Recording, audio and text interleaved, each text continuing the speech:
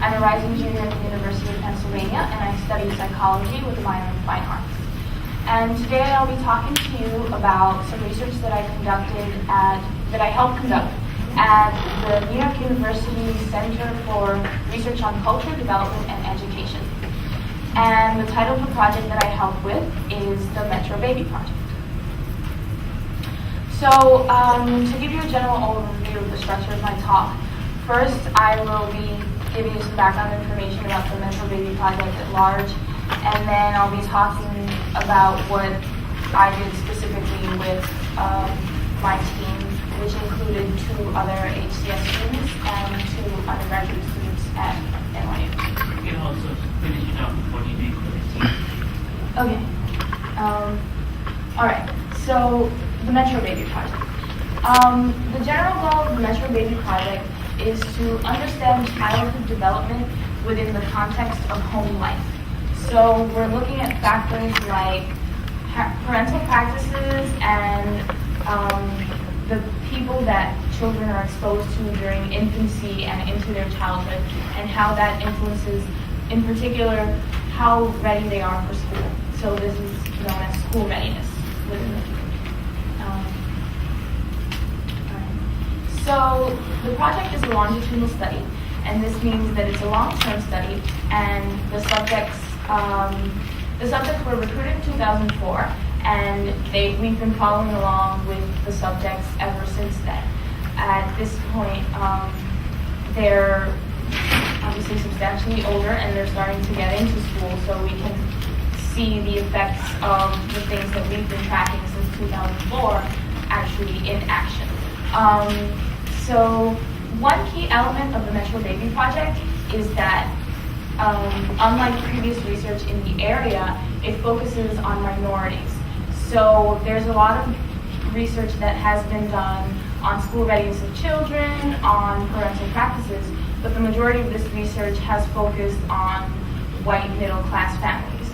And so my mentor, Catherine Tamasamanda, and her peers are interested in learning more about these minority groups that haven't been studied as extensively. So as it mentions on the slide, we looked at 3 groups. We looked at African Americans, Dominicans, and Mexicans. And initially we started with 324 families, but due to some dropouts, we ended up, the year that I was there, we looked at 200 families.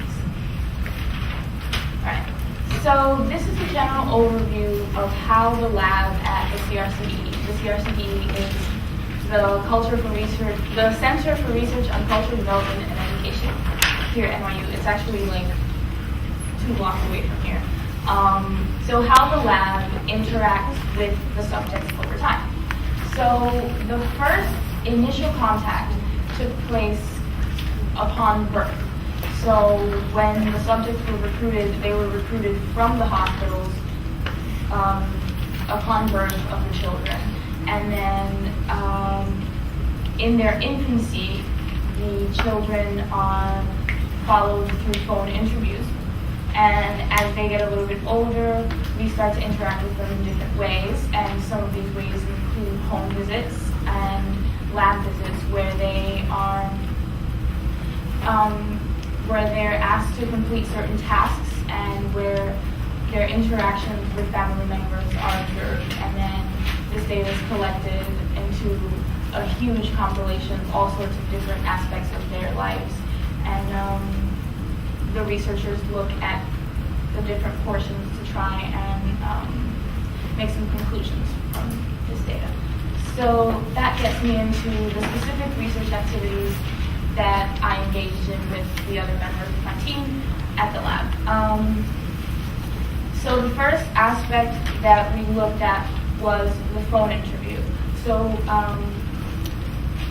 to give you an idea of what we were working with physically, these phone interviews are 50-page interviews that take a substantial amount of time, and they ask the subjects about everything from, who the child is interacting with on a daily basis, exactly what the child is doing, the family history, health history of the health and financial histories of the parents, and various other in-depth aspects of the child's life. And in addition to that, things about parenting beliefs, parenting practices, and the attitudes of the people that the child is surrounded by.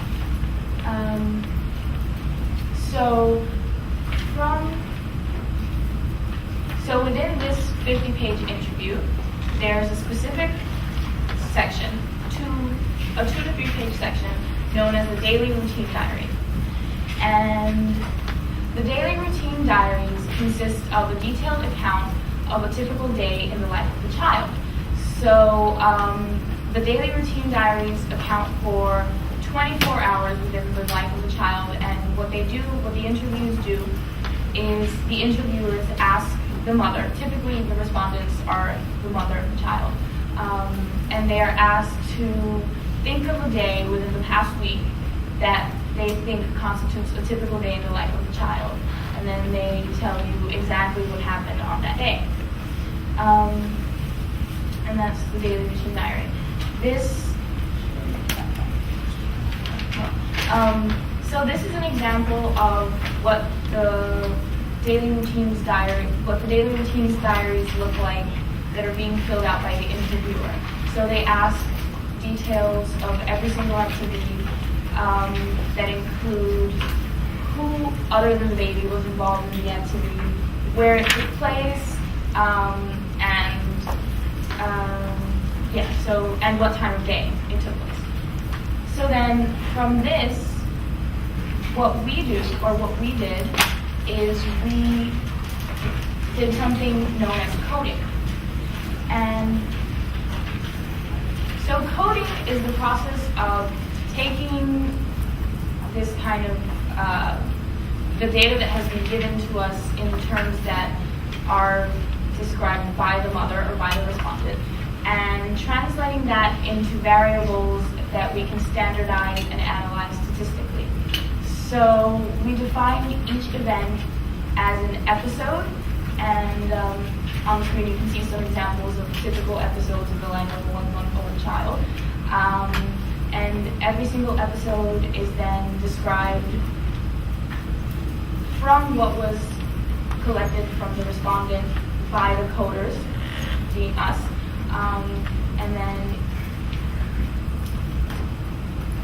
and then it is divided into different episodes and described in different ways that we